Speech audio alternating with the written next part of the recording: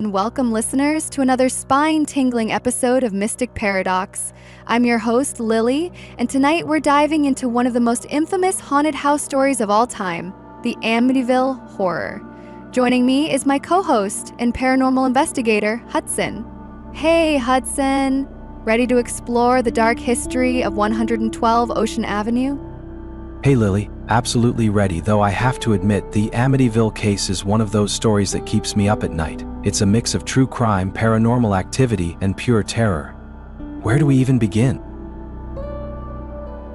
Let's start with the basics for those who might not be familiar. What's the story behind the Amityville Horror?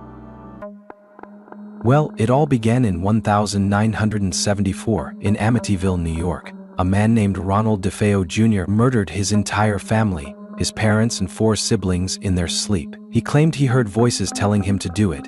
Fast forward to December 1975, the Lutz family moved into the house unaware of its dark history.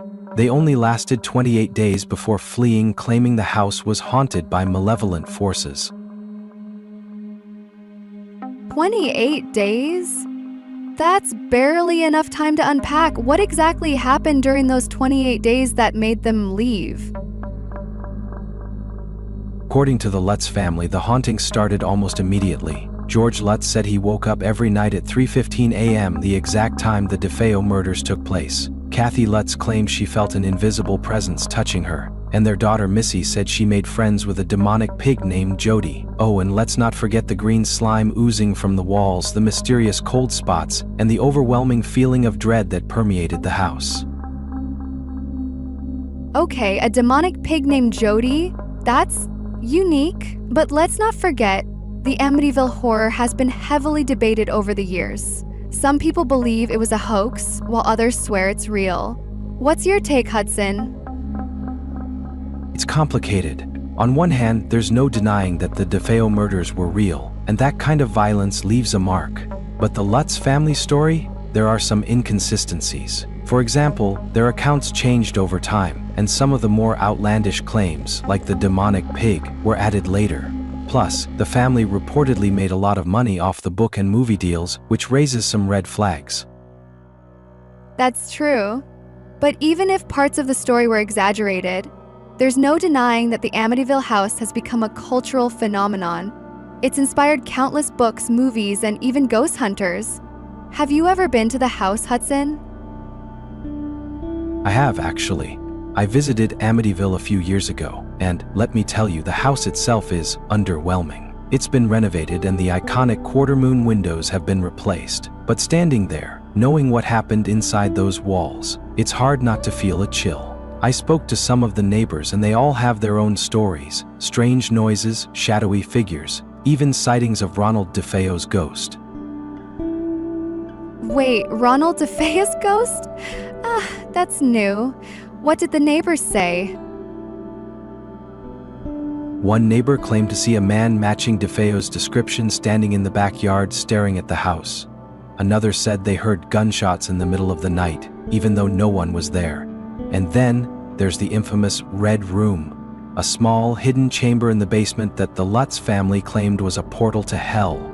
The current owners deny its existence, but some people swear they've seen it. A portal to hell? That's intense. Do you think the house is still haunted, or has the energy dissipated over time? It's hard to say. Hauntings are often tied to emotion and trauma, and the DeFeo murders were undoubtedly traumatic. But the house has changed hands several times since the Lutz family left, and the current owners seem to be living there without any issues. That said, there are still reports of strange activity in the area. Phantom footsteps, disembodied voices, even sightings of the Lutz family's dog, which died in the house. Okay, that's creepy, but let's circle back to the Lutz family. What happened to them after they left the house? They became celebrities overnight. Their story was turned into a best-selling book and a blockbuster movie, and they spent years doing interviews and lectures.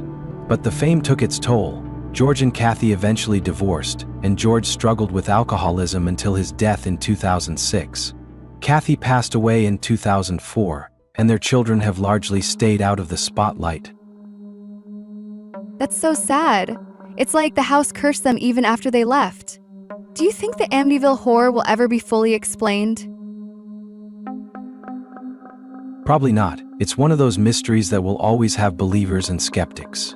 But that's what makes it so fascinating.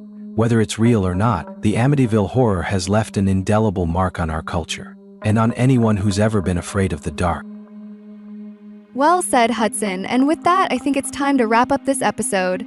Thank you for joining me on this deep dive into the Amityville horror. And thank you, listeners, for tuning in to Mystic Paradox. If you have a story you'd like to share, reach out to us at Mystic Paradox. And remember, folks, the next time you hear a strange noise in the night, it might just be the wind, or it might be something far more sinister. Thanks for tuning in to Mystic Paradox. Stay curious, stay brave, and most importantly, stay safe. Until next time.